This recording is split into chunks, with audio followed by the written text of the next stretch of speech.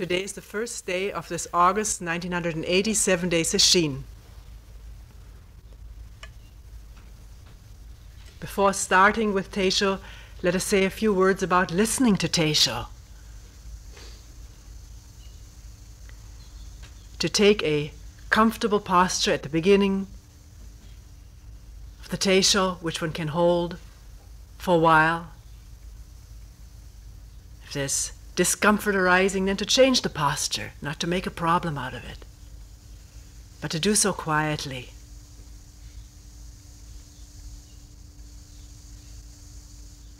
To do so quietly, so that every movement, every motion, every sound comes out of silence. The silence of awareness. Not to disturb one's neighbors.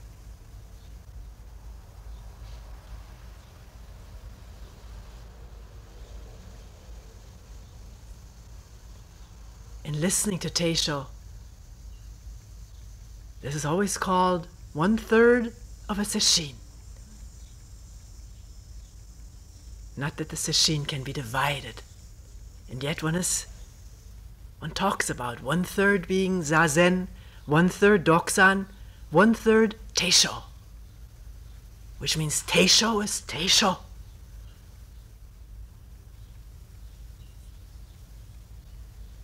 People who are counting or experiencing inhalation and exhalation, not to do that during Teisho, but to give oneself completely to the listening. People questioning a koan, the hu or the mu. If there's the mu naturally, because it's there, then it's no problem. But sometimes people say, the mu sort of seems to get in between. Should I do mu or should I listen? Let nothing get in between. It's really the mu or the hu that's listening.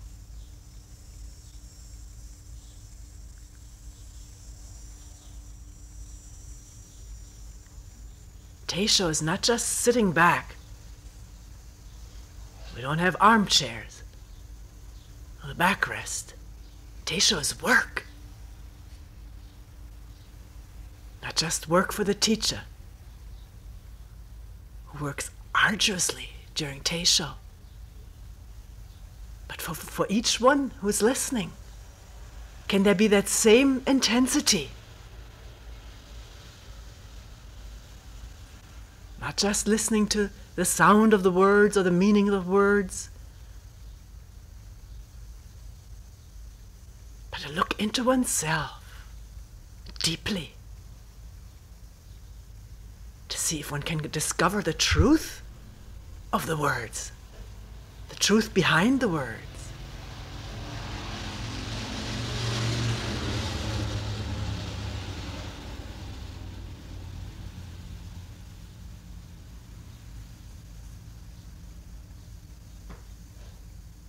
In such listening, there is neither teacher nor student, neither talker nor listener.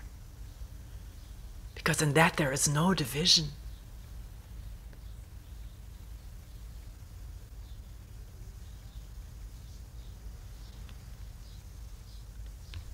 Will we be reading from The Tiger's Cave? It's edited by Trevor Leggett. We will read the commentaries by a Soto Abbott named Obora on the Heart Sutra, the Prajnaparamita Sutra. For the very beginning, after reading what Obora says about Maha Prajnaparamita, we will briefly go to what the sixth patriarch has to say about Maha Prajnaparamita. Not to think when that blue and gold book is opened again, there she's reading from that sixth patriarch again. Can she at least sometimes get to the seventh? Well, there is no seventh patriarch. After the sixth patriarch, things started getting complicated. So for the time being, we'll stick with the sixth patriarch.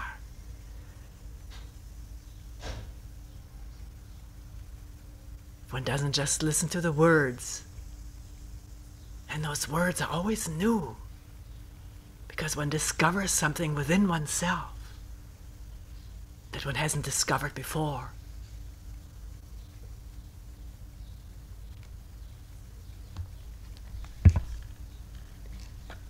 We'll briefly read the short text of the Heart Sutra in this translation. Sometimes just hearing a different translation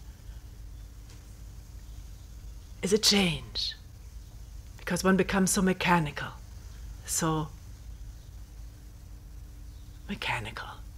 when one repeats something over and over. Not necessarily so, but it does happen. So let us read this translation, which is not in chanting form, it's prose. When the Bodhisattva Kanon was practicing the profound prajna paramita, wisdom, he saw all the five aggregates to be emptiness and passed beyond suffering. The five aggregates being what constitutes oneself, one's body, feelings, we always recite it, sensations, thoughts, one's will, one's consciousness,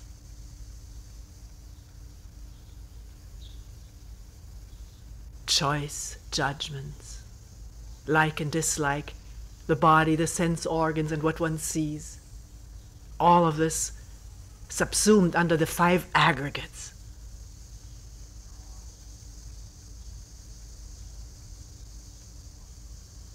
He saw all five aggregates to be emptiness and passed beyond suffering. Now here starts the quote. O disciple Shariputra, form is not different from emptiness. Emptiness not different from form. Form is emptiness and emptiness is form. And so also with sensation, thinking, impulse, and consciousness. All these things, Shariputra, have the character of emptiness, neither born nor dying, neither defiled nor pure, neither increased nor lessened. So in emptiness there's neither form nor sensation, thinking, impulse, nor consciousness.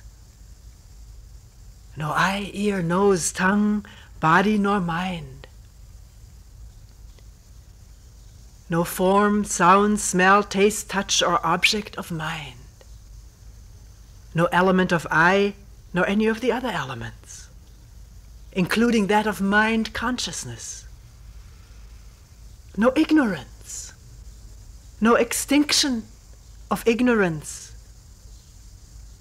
nor any of the rest, including age and death, or extinction of age and death. No suffering, no origination, no stopping, no path,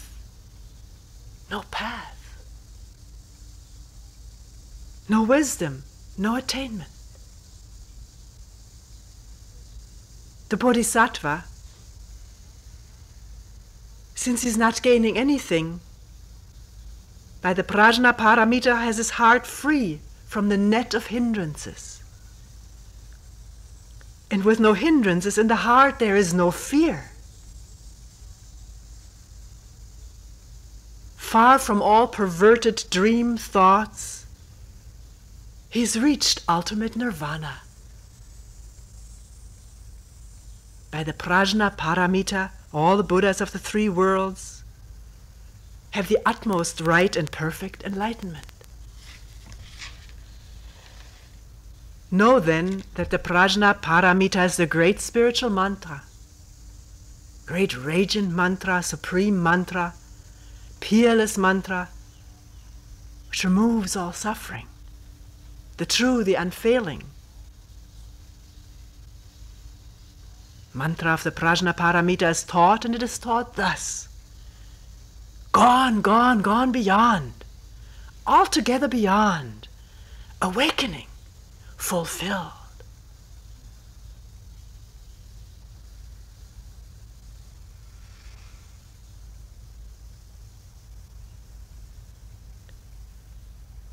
To bear in mind that the word is not the thing,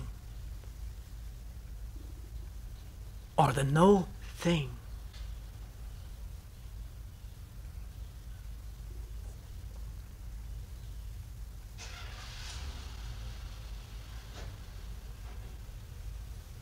The first chapter is entitled The Immutable Scripture, which means the immutable truth, because the scripture, as we've just seen, can have many different versions, translations, interpretations. It is very mutable. So one has to go beyond the scripture.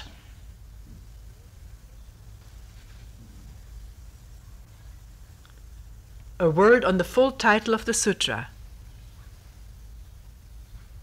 This is the Abbott Obora speaking.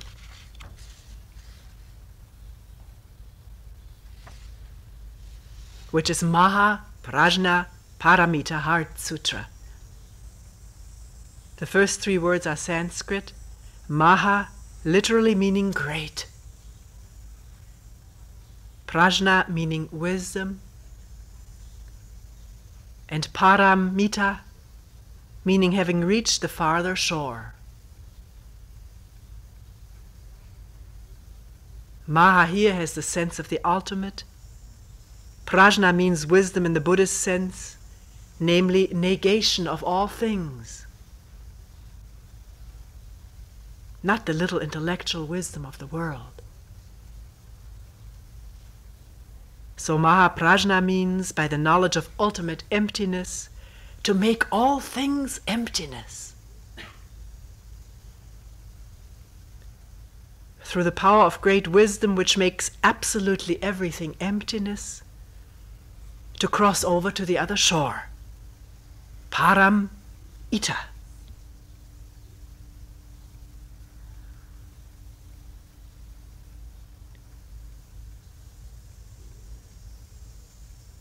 This negation of all things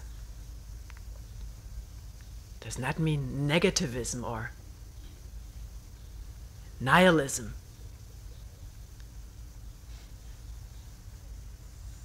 Negating not things, but our idea of things. Negating not people, but our ideas of people.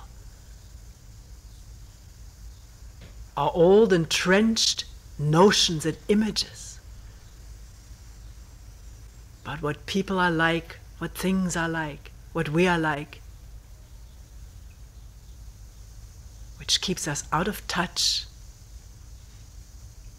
with that which is without a name, without an image, and therefore not fixed at all, but free and fluid and constantly changing, even at times very imperceptibly changing. Just heard that Mount St. Helena has changed again. Another giant eruption. So even these huge, majestic, snow-capped mountains change.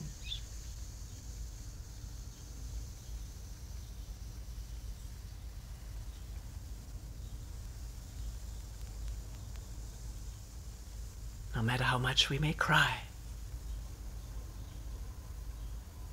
or lament, or cling.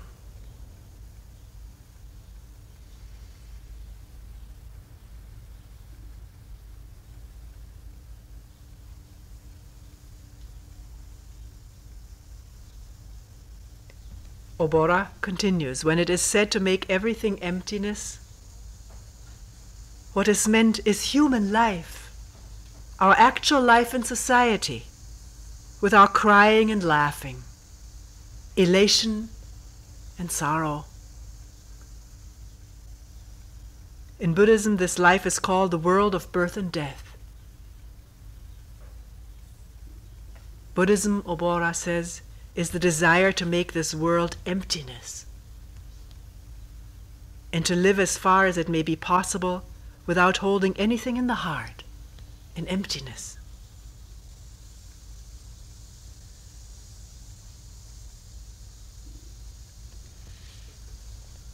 Is it just the desire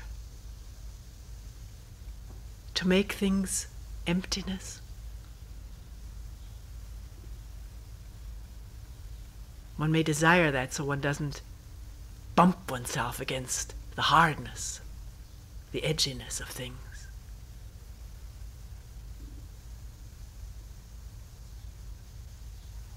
That desire isn't empty.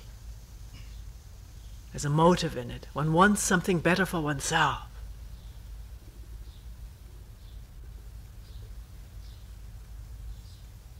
Or does one see the absolute necessity, the must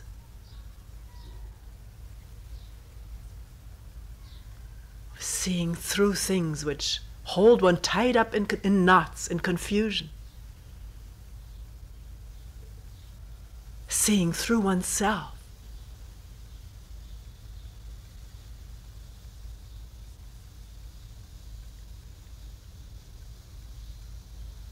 Because in one's darkness, one can only create darkness and contribute to darkness.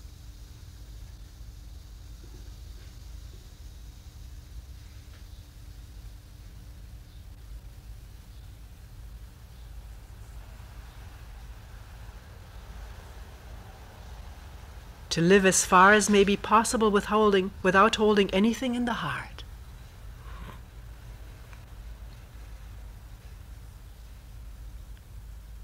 Holding it, clinging or clutching to something. This doesn't mean that there can't be great all-consuming joy in the heart. That can only be there if the heart is empty of all the usual clutter of self-concern.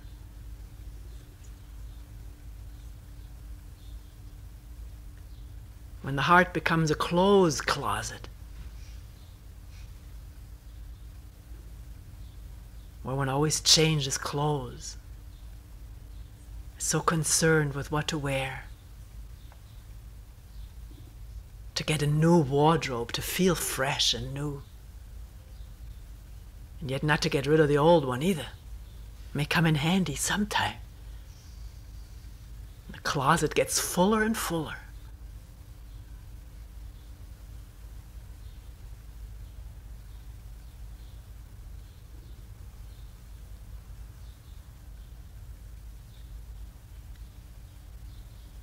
Without holding anything in the heart. When it's there, it's there. When it's not there, what is there?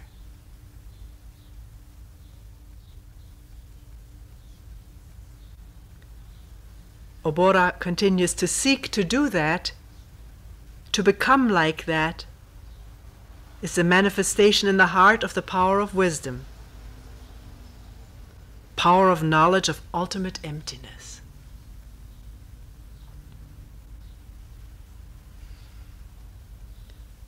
To become like that. Can one become like that? And that there's still the idea of wanting to become empty.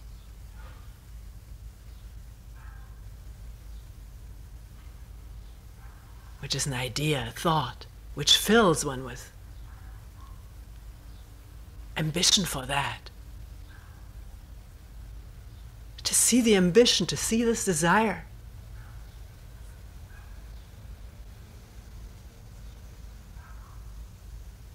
And that there's emptiness. And then there's no need for becoming. It is always there.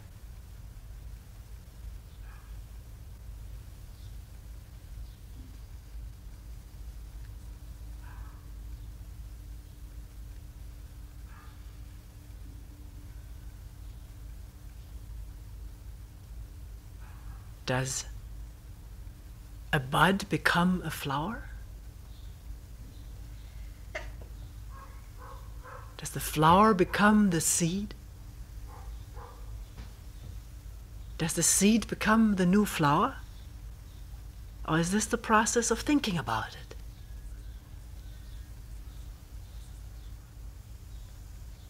The other day we just saw a plant, a milkweed it's called. And on that one stalk there was everything. A few buds, a few leaves, then some other buds, and some of those burst open with some flowers peeping out. And then a full ball of flowers. They were all arranged like in a sphere, perfect sphere. Bees buzzing in and out.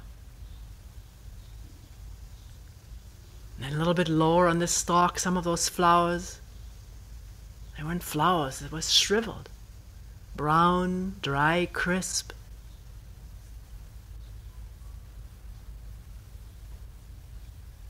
And in some there was already this little shape, which is known so well when it gets big. A shape that holds all these silvery seeds. Once it bursts open, it was already there, tiny. Did the flower become that? Why think in those terms?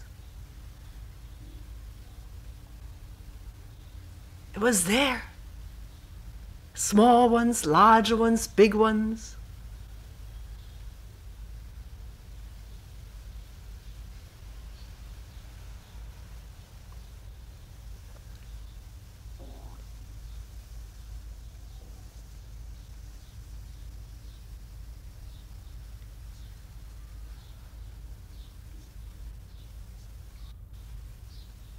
Where is the emptiness? One starts thinking about it.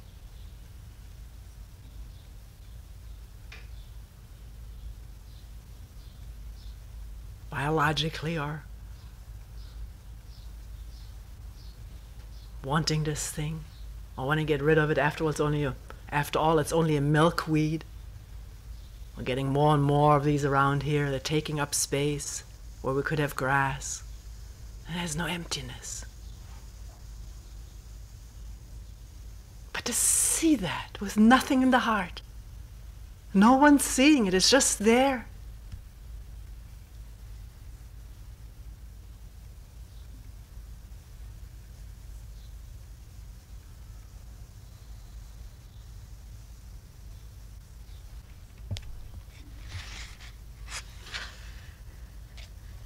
Through the power of ultimate emptiness, says Obora, to cross to the other shore. This other shore is called in the sutras nirvana. Nirvana is the farther shore, and the world of birth and death is this shore. From the present illusory reality, let us make the crossing to the shore of realization of nirvana. Throughout Buddhism, the idea is to cross from here to the beyond, to transfer our living from here to there. Are we transferring anything?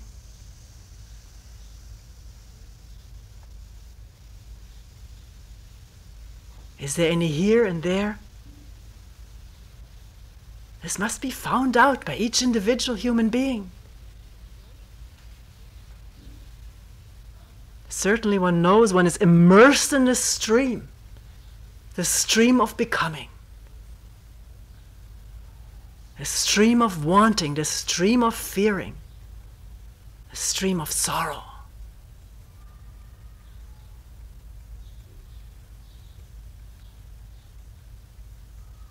And pleasure and joy here and there.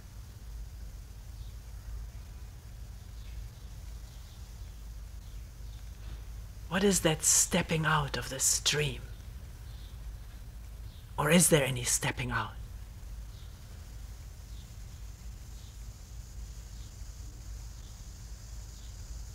Or is there just this making everything empty? With no one making it, because it's there.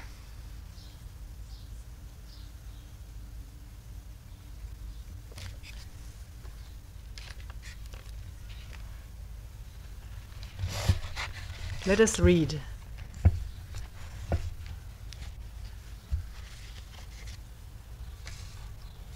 from the chapter number 2 on prajna from the Platform Sutra, the Feng and Feng translation.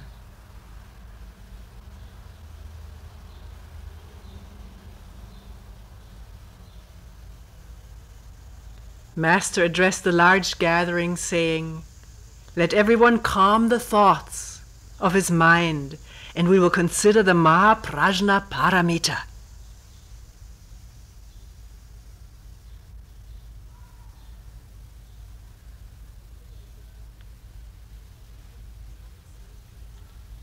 If you put it into practice, every one of you will attain to the wisdom of prajna.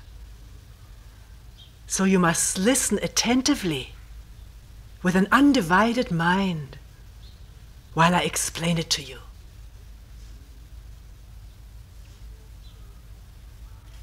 Virtuous and learned counselors, ordinary people recite prajna all day with their mouths, but they do not know that prajna is really within their self-nature.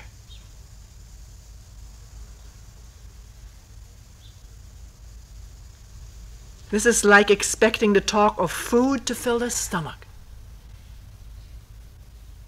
The mouth itself can speak only vanity.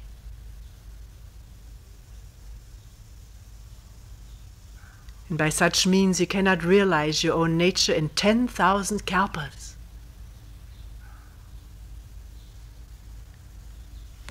One person once who had a hard time with his sitting asked if I just, as we were reciting here, and says, listen and know this mantra and recite it. If I recite this peerless mantra, the mantra without equal there, prajna paramita gate gate, when I do this, can I attain? Can I come to enlightenment?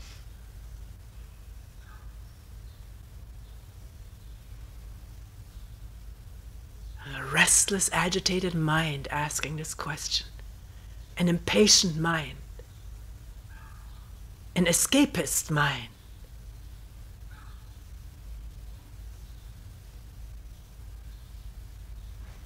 The other shore may be in the midst of our sorrow, in the midst of our problems, when there's no separation, no escape, no condemnation.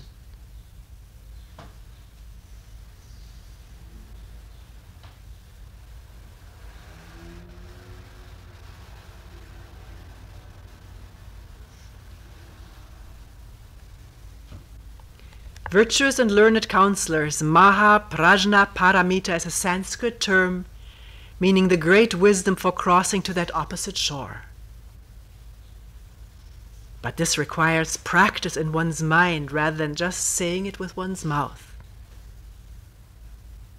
To recite it with the mouth and not to practice it with the mind is like a mirage, like a mere appearance, like dew, like lightning.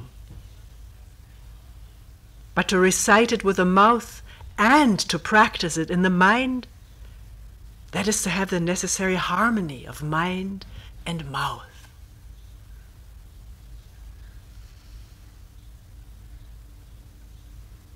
This harmony of mind and mouth is no small thing.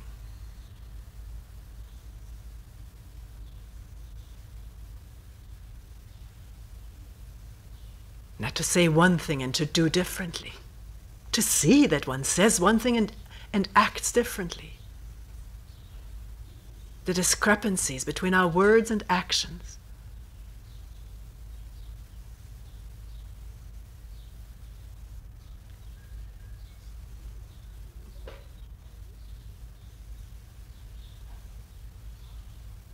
Our original nature is the Buddha.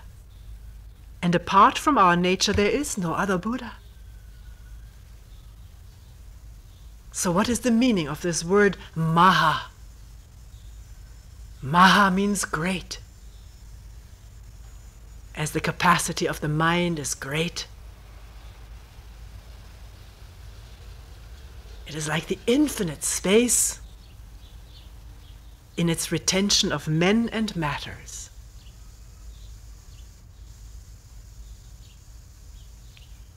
Not the space of the clothes closet.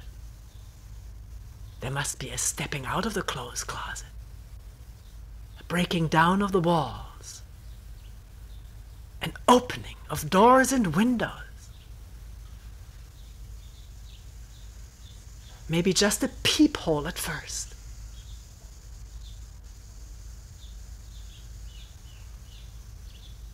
It has no limits, says Wenang, and it is not attainable by views that are big or little. To be big-minded, magnanimous, has nothing to do with seeing into this mind without limitation.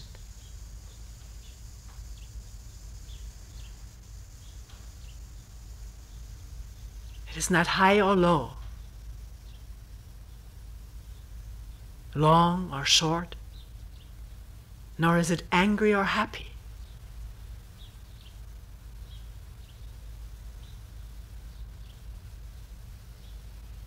Neither does it exist nor not exist.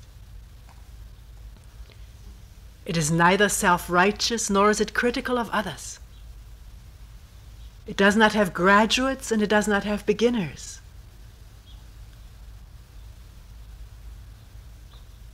An ordinary person can attain this limitless, capacious nature, but not through any single, rigid method.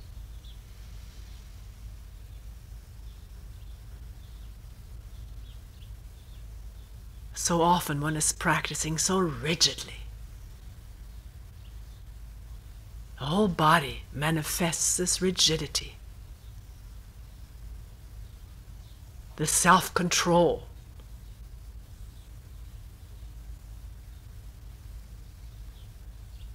Can this rigidity be questioned?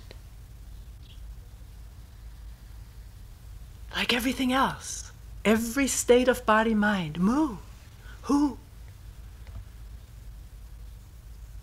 Not taking anything for granted, not knowing, but questioning. That is not a method. Questioning is questioning. Questioning is not knowing, not relying on what one knows.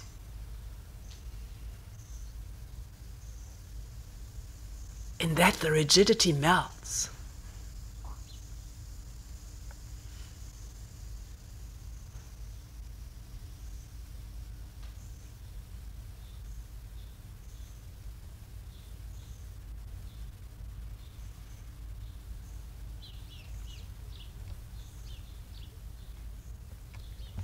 But virtuous and learned counselors do not listen to this speaking of the void, of emptiness, and at once try to concentrate on emptiness. It is most essential that you do not concentrate on emptiness.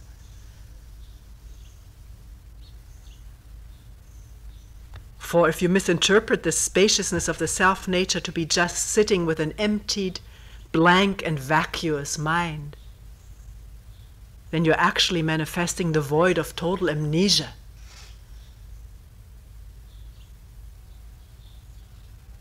These words of Obora, rather to make our laughing and crying emptiness.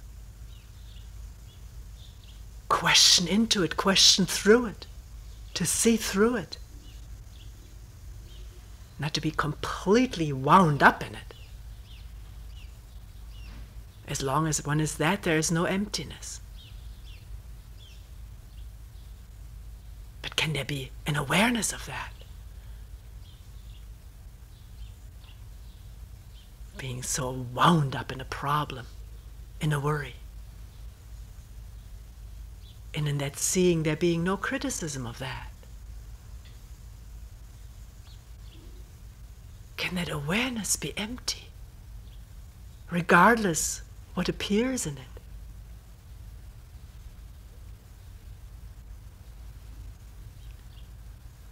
Virtuous and learned counselors,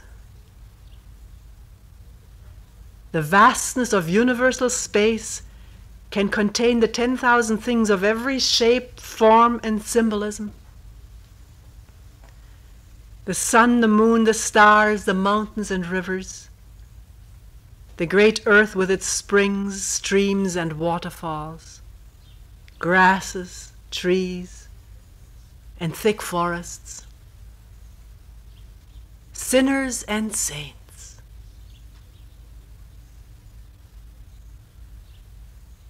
The ways of the good and of the expedient, the heavens and the hells,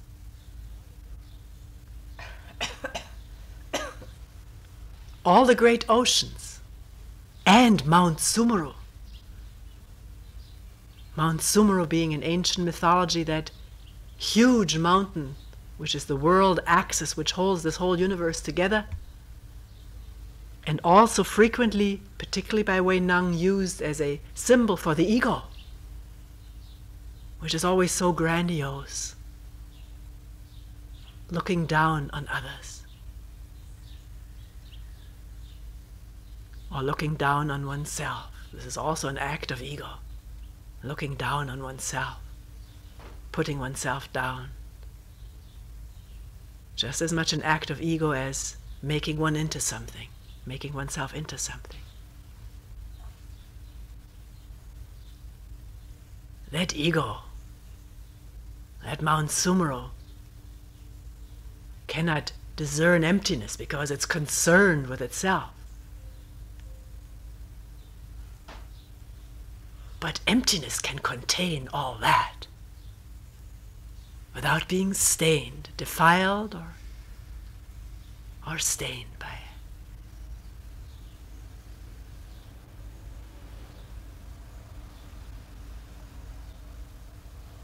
All these, Wei Nang says, are in the void. The ordinary man's nature is the void in just this way.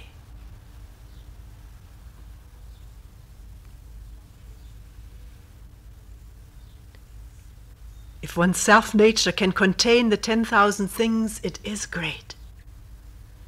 For the 10,000 things are within the nature of everyone. If one looks upon all people, evil or good, entirely without accepting or rejecting, and likewise without their sticking or adhering to one's mind,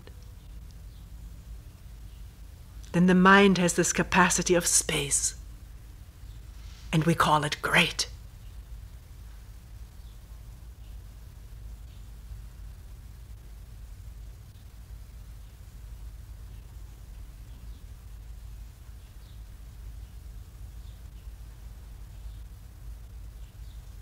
Can one look upon all people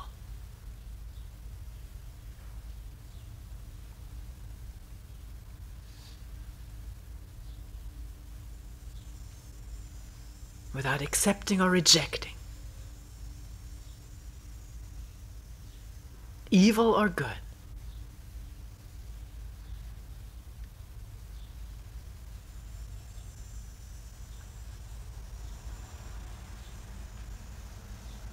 Then something happens to the mind. Something melts.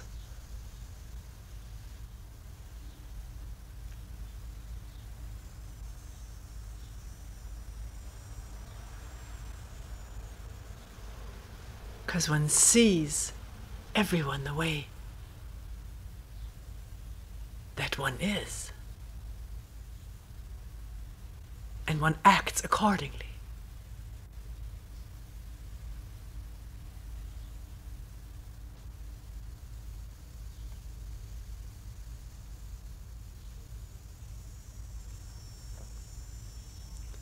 Virtuous and learned counselors, the capacity of the mind is vast,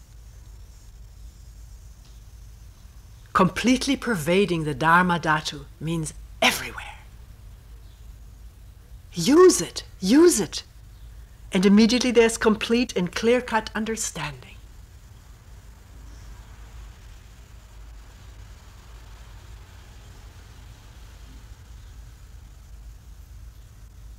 Prajna wisdom being that use of the mind, the action, the acting. The seeing being the acting. Free from delusion.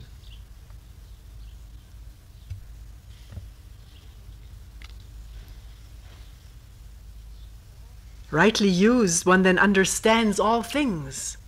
For all things are one and one is all. When they can come and go of themselves, they, whatever they may be, things, thoughts, people, all of oneself, coming and going freely, and there's no stagnation in body or mind, then it is prajna.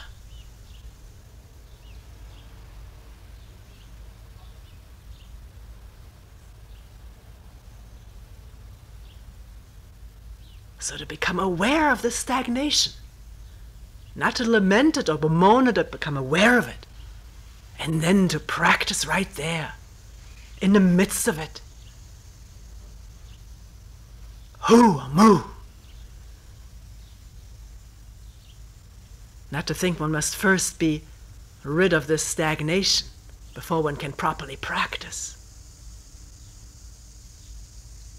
This mat where we sit is the lotus land, whatever that may be. Just the way one sits at this instant.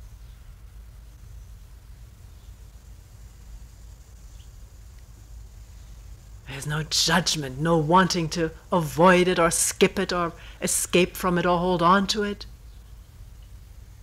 Then what is there that sits?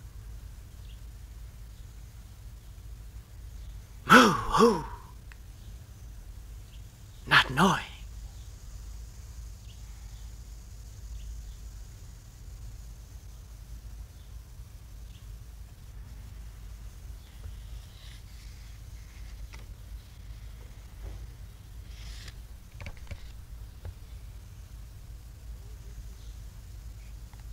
Virtues and learned counselors, the whole wisdom of prajna comes entirely from our self-nature.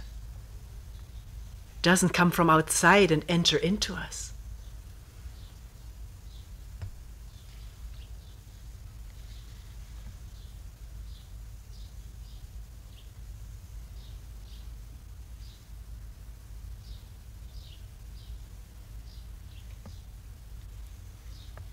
And what is the meaning of prajna? We're just skipping here. Translated into Chinese, it means wisdom.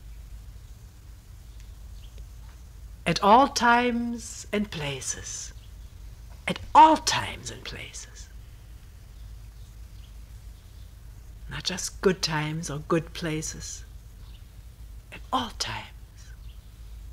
All places.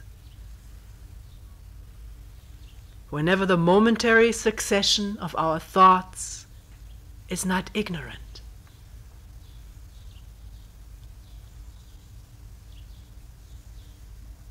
Meaning not just self-involved, but aware, without judgment.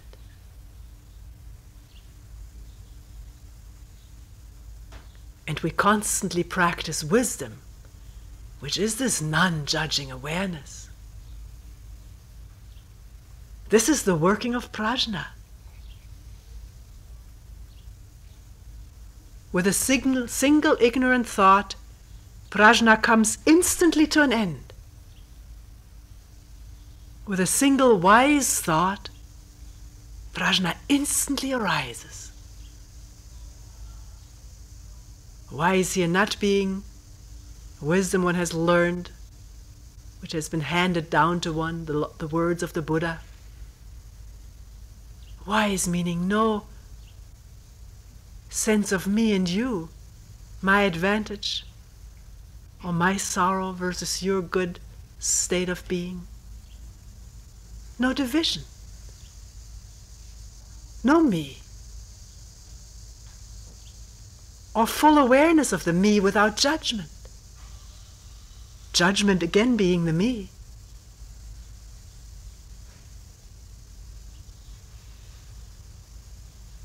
And that a new functioning comes into being, which is the functioning of wisdom.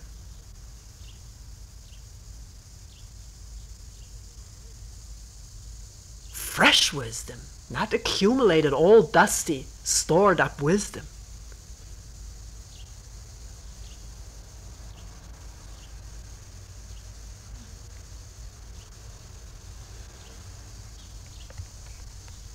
And what is the meaning of paramita? This is a Sanskrit term which in Chinese means reaching that opposite shore. Its deeper meaning, says Wei Nang, is the mind's prescinding, which means cutting off, cutting asunder, of the starting and stopping of thoughts.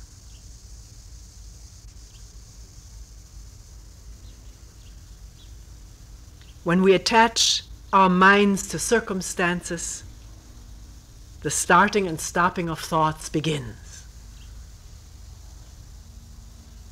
The circumstances themselves do not need to arouse thoughts. One deals with them directly, face to face, as it's demanded and necessary.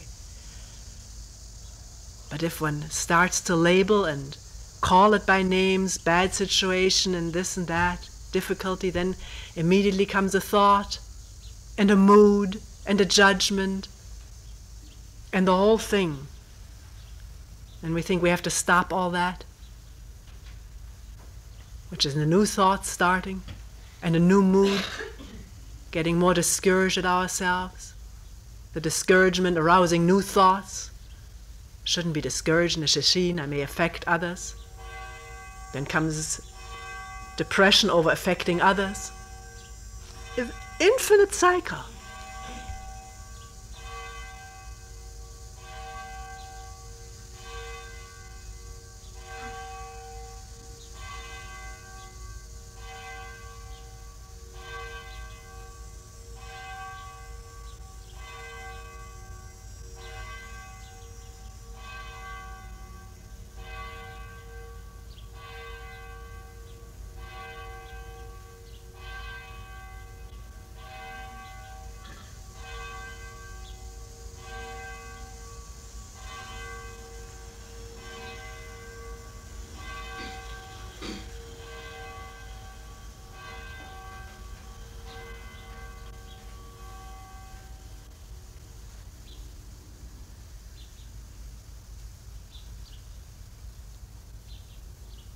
It is like water churned by waves.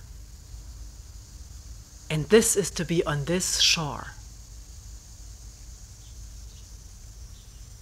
Not to be in difficult circumstances, but to be embroiled in them. With judgment, mood, escape, distraction, avoidance, or clutching and clinging.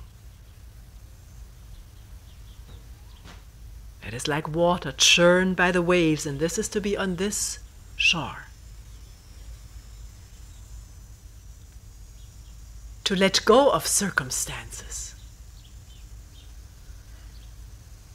meaning to flow with them.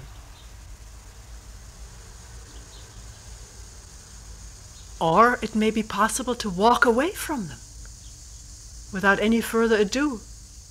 No one binding one.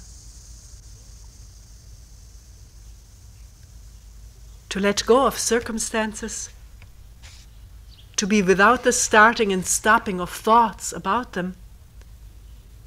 This is like water which ever flows on. And it is called that shore.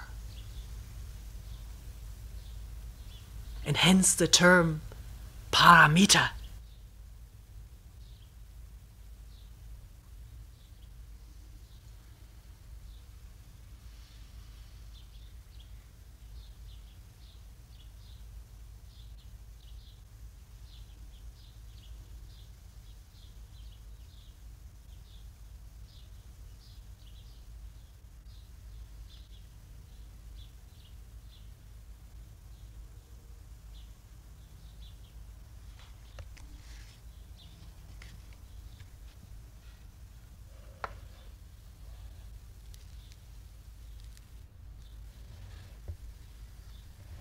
We will continue with this tomorrow.